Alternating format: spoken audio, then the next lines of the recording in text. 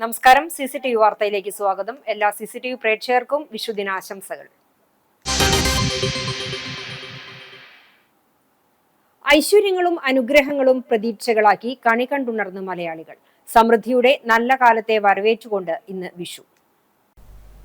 പുത്തനാണ്ടിന് ഐശ്വര്യമേകാൻ മീനച്ചൂടിൽ പൂത്ത കണിക്കൊന്നയ്ക്കൊപ്പം ഓട്ടുരുളിയിൽ കൃഷ്ണവിഗ്രഹവും കണിവെള്ളരിയും വാൽക്കണ്ണടിയും കോടിമുണ്ടും കായ്ഫലങ്ങളുമെല്ലാം കണി കണ്ടുണർന്നാണ് വിഷുവിനെ വരവേറ്റത്.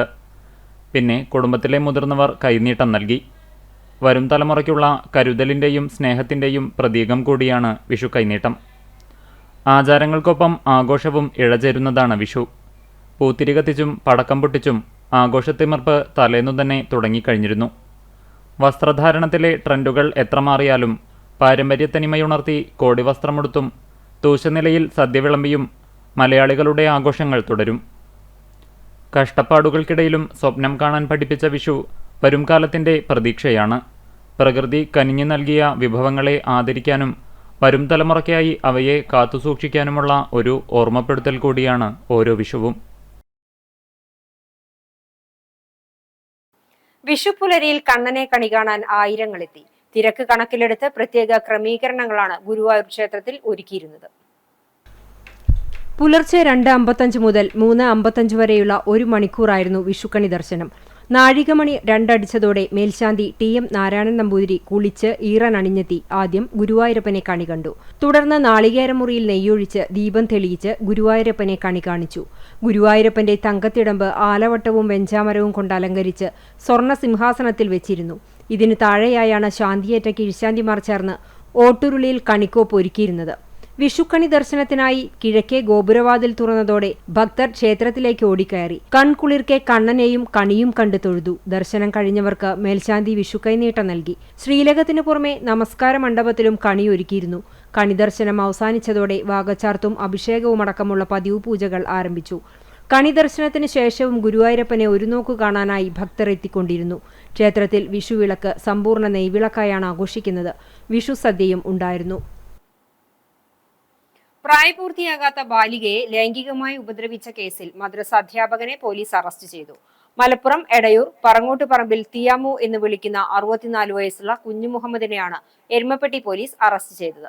2025 ജൂൺ 7 മുതൽ 2026 ഫെബ്രുവരി 2 വരെയുള്ള ദിവസങ്ങളിലാണ് കേസിനാസ്പദമായ സംഭവം നടന്നത്. മദ്രസയിലെ ക്ലാസ് മുറിയിൽ വെച്ച് പ്രതി പലതവണ ബാലികയെ ലൈംഗികമായി ഉപദ്രവിച്ചു എന്നാണ് പരാതി. കുട്ടി വീട്ടിൽ അറിയിച്ചതിനെ തുടർന്ന് തൃശൂർ ചൈൽഡ് ലൈനിൽ നിന്നും എരുമപ്പെട്ടി സ്റ്റേഷനിലേക്ക് വിവരം ലഭിക്കുകയും ചൈൽഡ് വെൽഫെയർ ഓഫീസറായ ഗ്രേഡ് അസിസ്റ്റന്റ് സബ് ഇൻസ്പെക്ടർ ഓമന അതിജീവിതയുടെ മൊഴി രേഖപ്പെടുത്തി കേസെടുത്തു. ഒളിവിൽ കഴിയുകയായിരുന്ന പ്രതിയെ കോഴിക്കോട് നിന്നും ഇൻസ്പെക്ടർ S അനീഷ് കുമാറിന്റെ നേതൃത്വത്തിൽ അറസ്റ്റ് ചെയ്യുകയായിരുന്നു. കോടതിയിൽ ഹാജരാക്കിയ പ്രതിയെ റിമാൻഡ് ചെയ്തു. അന്വേഷണ സംഘത്തിൽ sub inspector C Arun, grade senior civil police officer IB Shajan, civil police ഓഫീസർമാരായ VB Prashanth, CP Jithesh, CPO Vishnujith എന്നിവരും ഉണ്ടായിരുന്നു. 13-കാരിക്ക് നേരെ ലൈംഗികാതിക്രമം നടത്തിയ കേസിൽ അഞ്ഞൂർ സ്വദേശികളായ യുവാവ് അറസ്റ്റിൽ. കടയിൽ നിന്നും മടങ്ങുന്നതിനിടെ വഴിയിൽ വെച്ചാണ് ലൈംഗികാതിക്രമം നടത്തിയതെന്ന് പറയുന്നു. സംഭവത്തിൽ അഞ്ഞൂർ നരിയംപുള്ളി 30 വയസ്സുള്ള രാജീവിനെയാണ് വടക്കേക്കാട് പോലീസ് പോക്സോ ചുമത്തി അറസ്റ്റ് ചെയ്തത്. കഴിഞ്ഞ ദിവസം വൈകിട്ട് 6:30ഓടെയാണ് സംഭവം. ഇയാളെ കോടതി റിമാൻഡ് ചെയ്തു. പ്രശസ്തമായ പാവർട്ടി വിശുദ്ധ യൗസേ പിതാവിന്റെ തീർത്ഥകേന്ദ്രത്തിലെ ഈ വർഷത്തെ വലിയ പെരുന്നാളിന് തുടക്കമായി. പെരുന്നാളിന്റെ മുഖ്യ ആകർഷണങ്ങളിലൊന്നായ കൂറ്റൻ അരങ്ങ് പന്തലിന്റെ കാൽനാട്ട് കർമ്മം നടന്നു. തിരുനാളിനോടനുബന്ധിച്ച് പള്ളിനടയിൽ ഒരുക്കുന്ന പന്തലിന്റെ കാൽനാട്ട് വികാരി ഫാദർ ആന്റണി ചെമ്പകശ്ശേരി നിർവഹിച്ചു. അസിസ്റ്റന്റ് വികാരി ഫാദർ ഫ്രാങ്കോ ഫ്രോണീസ്, അമൽ ചാഴൂർ എന്നിവർ സന്നിഹിതരായിരുന്നു. പള്ളി ഗോപുരത്തിന് അഭിമുഖമായി ആയിരങ്ങളെ ഉൾക്കൊള്ളാൻ ശേഷിയുള്ള പന്തൽ തിരുനാൾ കാലത്തെ നാടിന്റെ സാംസ്കാരിക കേന്ദ്രമായി മാറും. കൈക്കാരന്മാരായ Jaison Vadukkoot, KA Joson, OT Joseph Leo, KJ Babu, ഭക്തജനങ്ങൾ എന്നിവരുടെ സാന്നിധ്യത്തിൽ പ്രാർത്ഥനകളോടെ കാൽനാട്ടുകർമ്മം പൂർത്തിയാക്കി.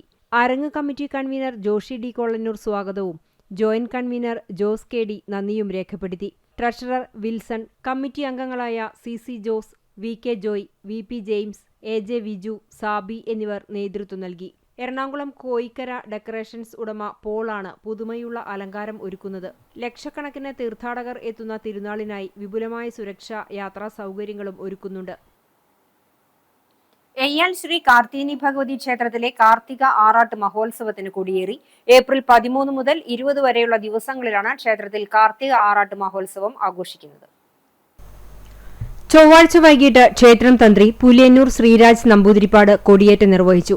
കൊടിയേറ്റത്തോടനുബന്ധിച്ച് രാത്രി 8:30 മുതൽ ഭക്തജനങ്ങൾക്കായി പ്രസാദഊട്ടുണ്ടായിരുന്നു.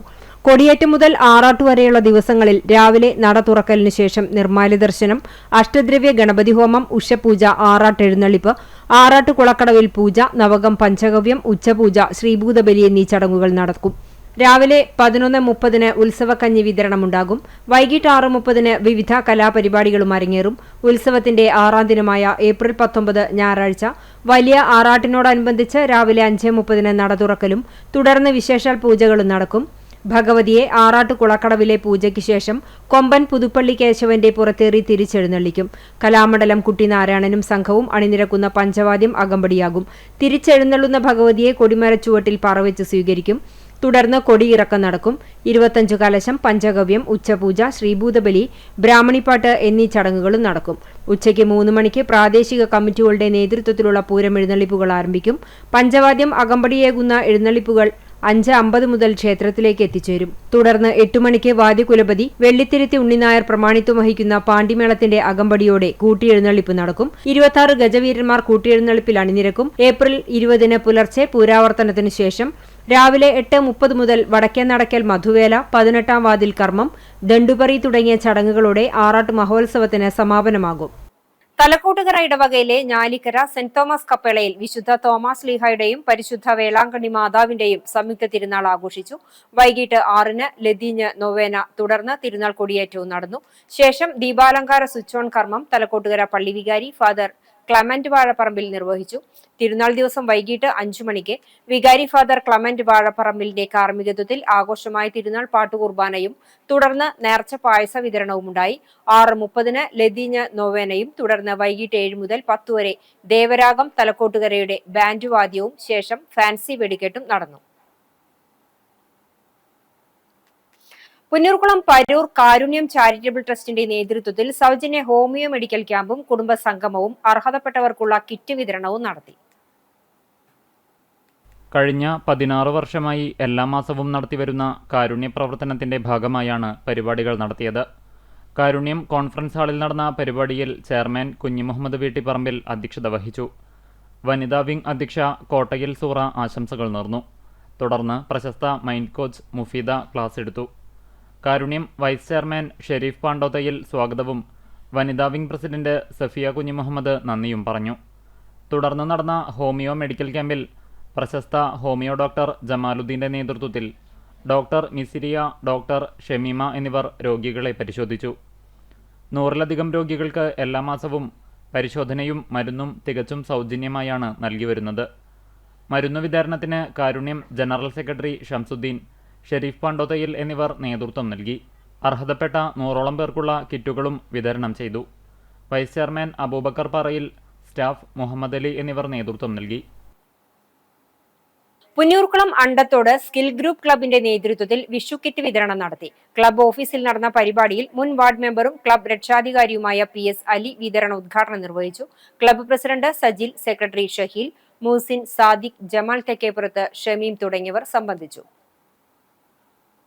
ചർമ്മം ചെമ്മണ്ണൂർ അങ്ങാടിയിൽ താമസിക്കുന്ന ചെറുവത്തൂർ കൊച്ചാപ്പു മകൻ ജോസ് നിര്യാതനായി. 75 വയസ്സായിരുന്നു. സംസ്കാരം വ്യാഴാഴ്ച ചെമ്മണ്ണൂർ സെന്റ് സെബാസ്റ്റ്യൻ ദേവാലയത്തിൽ നടക്കും. LC ഭാര്യയാണ്. സജി, സുധിൻ, സനൽ, സിബി എന്നിവർ മക്കളാണ്. പെരിങ്ങോട് ഉണ്ണിയാടി വീട്ടിൽ പരേതനായ ബാലകൃഷ്ണൻ നായരുടെ ഭാര്യ അമ്മിണിയമ്മ നിര്യാതയായി. 82 വയസ്സായിരുന്നു. സംസ്കാരം പിന്നീട് നടക്കും. ഇന്ദിര, പരേതനായ ഉണ്ണികൃഷ്ണൻ, മോഹനൻ, പരേതനായ അരവിന്ദാക്ഷൻ, വാസുദേവൻ, അംബിക, രമ എന്നിവർ മക്കളാണ്. ഇതോടെ ഈ വാർത്താ ബുള്ളറ്റിൻ പൂർണ്ണമാകുന്നു. നമസ്കാരം.